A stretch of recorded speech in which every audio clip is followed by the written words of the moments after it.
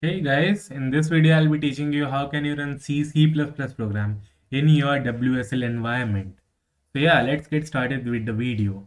So in order to run C++ in your WSL environment, first you need to go to your Windows search and search for the required um, distro which you have used. Then you will get a screen like this, and after getting the screen, I would like you to make your personalized directory where you would like to save all your C programs.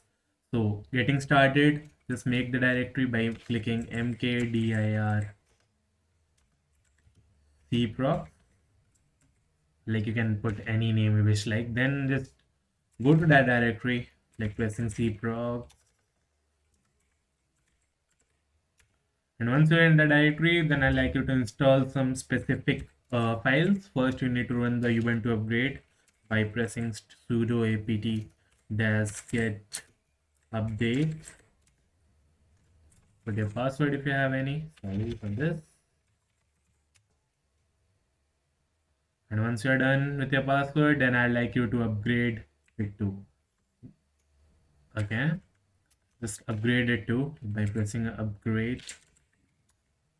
And once it is upgraded and updated, next I would like you to install another dependency which is known as which is known as build essential GDB. Sudo apt-get install build, build, there's a hyphen, essential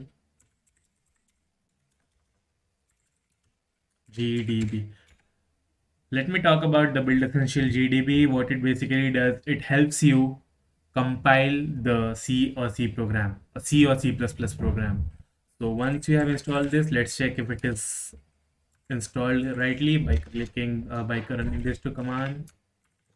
Where is G++? So yeah, G++ file has been installed. You can see another compiler program should be installed too, which is your GCC. Your GCC has been already installed too. Once you have installed all these three directories and have run the upgrade command, I would like you to run and go into the folder with VS Code by pressing this code. Once you have done this, you can already see a VS Code has popped up. I think, yeah, the cprocs has already popped up, and you can just maximize it. Once you have maximized it, I would like you to install some extension, Control Shift X, and then just install this extension. I already have it installed, but you can just click the install button and install it. It will be here at this particular area.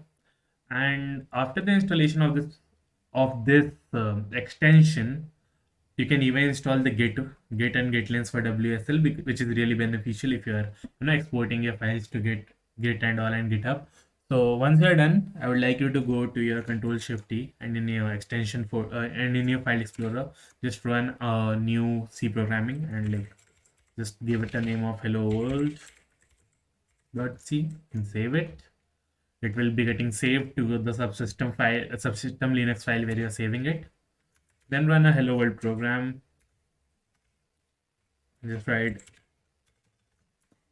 include stdio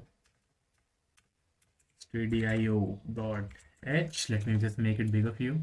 Stdioh. Then you can just run intmain. Actually, I'm not a C++ guy. I just run JavaScript and all, but it's my college assignment, so yeah. Then what you need to do is just print something. Here it will be hello world.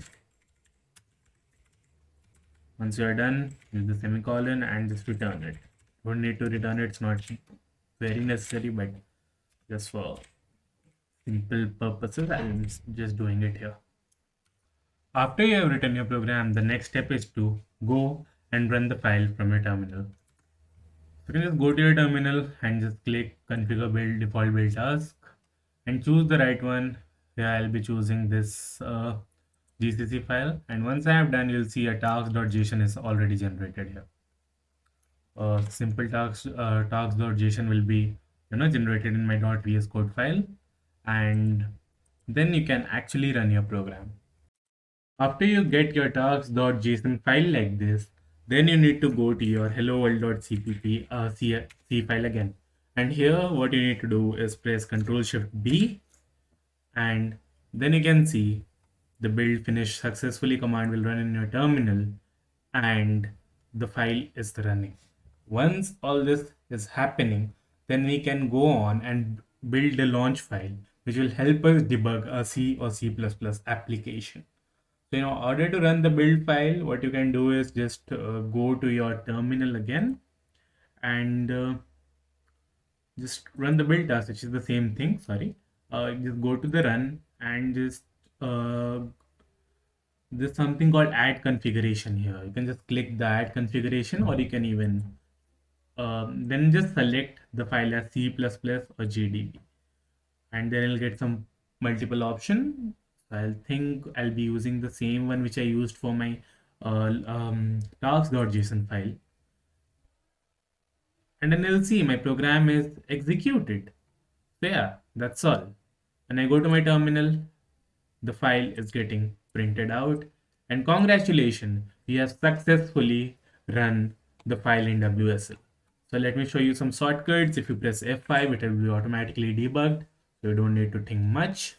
And you can see the program is giving the output, and it's modify the program. So you will see every time you press Control S to save and F5, the file will be running. If there's any doubt, put it down in the comment section below. And yeah, that's all I wanted to tell you today, and thank you.